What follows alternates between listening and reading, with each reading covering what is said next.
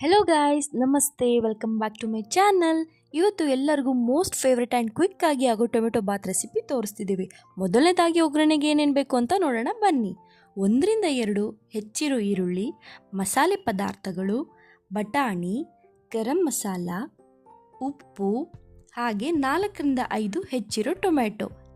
ಮಸಾಲ ರುಬ್ಬೋದಕ್ಕೆ 7-8 ಮೆಣಸಿನಕಾಯಿ, ಸ್ವಲ್ಪ ಕಾಯಿ, 1 ಟೊಮೆಟೊ, ಅರ್ಧ ಈರುಳ್ಳಿ, 1 ಬಿಡಿಸಿರೋ ಬೆಳ್ಳುಳ್ಳಿ, ಕೊತ್ತಂಬರಿ, ಪುದೀನ, ಹಾಗೆ ಅರ್ಧ ಇಂಚು ಶುಂಠಿ, 2 ಲೋಟ ಜೀರಾ ರೈಸ್.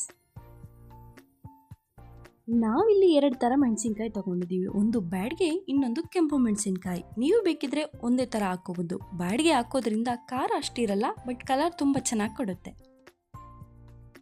ಮಸಾಲೆ ರುಬ್ಕೊಂಡಿದ್ದಾಗಿದೆ. ಈಗ ಒಂದು ಪ್ಯಾನ್ ಇಟ್ಟು 3-4 ಸ್ಪೂನು ಎಣ್ಣೆ ಹಾಕಿ ಅದಕ್ಕೆ ಎಲ್ಲ ರೀತಿಯ ಮಸಾಲ ಪದಾರ್ಥಗಳು ಹಾಗೂ ಈರುಳ್ಳಿ ಹಾಕಿ ಫ್ರೈ ಮಾಡ್ಕೊಳ್ಳೋಣ.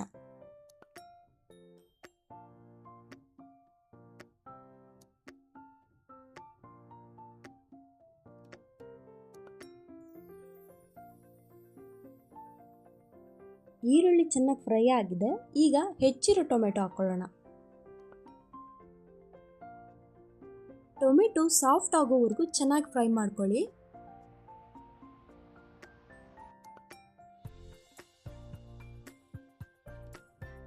ಈಗ ಹಸಿ ಬಟಾಣಿ ಹಾಕೊಳ್ಳೋಣ. ಹಸಿ ಬಟಾಣಿ ಸಿಗಲಿಲ್ಲ ಅಂದರೆ ಒಣ ಬಟಾಣಿನೇ 8-9 ಅವರು ನೆನೆಸ್ಕೊಂಡು ಹಾಕೋಬೇಕಾಗುತ್ತೆ. ಈಗ ಇದಕ್ಕೆ ರುಚಿಗೆ ತಕ್ಕಷ್ಟು ಉಪ್ಪು ಹಾಕೊಂಡು ರುಬ್ಬಿರೋ ಮಸಾಲೆನ ಸೇರಿಸ್ಕೊಳ್ಳೋಣ.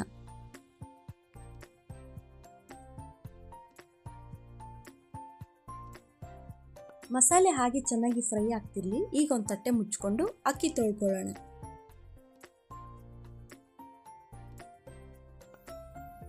ಮಸಾಲೆ ಎಣ್ಣೆಲಿ ಫ್ರೈ ಆಗಿದೆ. ಈಗ ಇದಕ್ಕೆ ತೊಳೆದಿರೋ ಅಕ್ಕಿನ ಹಾಕೊಳ್ಳೋಣ.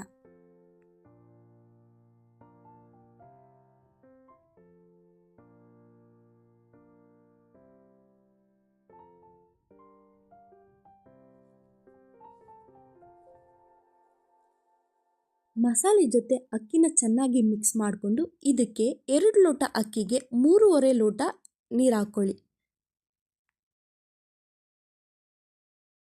ನಂತರ ಇದಕ್ಕೆ 1 ಸ್ಪೂನ್ ಗರಂ ಮಸಾಲ ಹಾಕೊಂಡು ಮಿಕ್ಸ್ ಮಾಡ್ಕೊಳ್ಳಿ.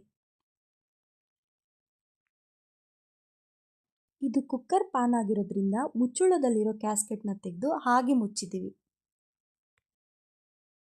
ಇದು 80% ಕುಕ್ ಆಗಿದೆ. ಹಾಗೆ ಒಂದ್ಸಲ ಮಿಕ್ಸ್ ಮಾಡಿ ಇನ್ನೊಂದ್ಸಲ ಮುಚ್ಚಳ ಮುಚ್ಚಿ 5-6 ನಿಮಿಷ ಬೇಯಿಸ್ಕೊಳ್ಳಿ.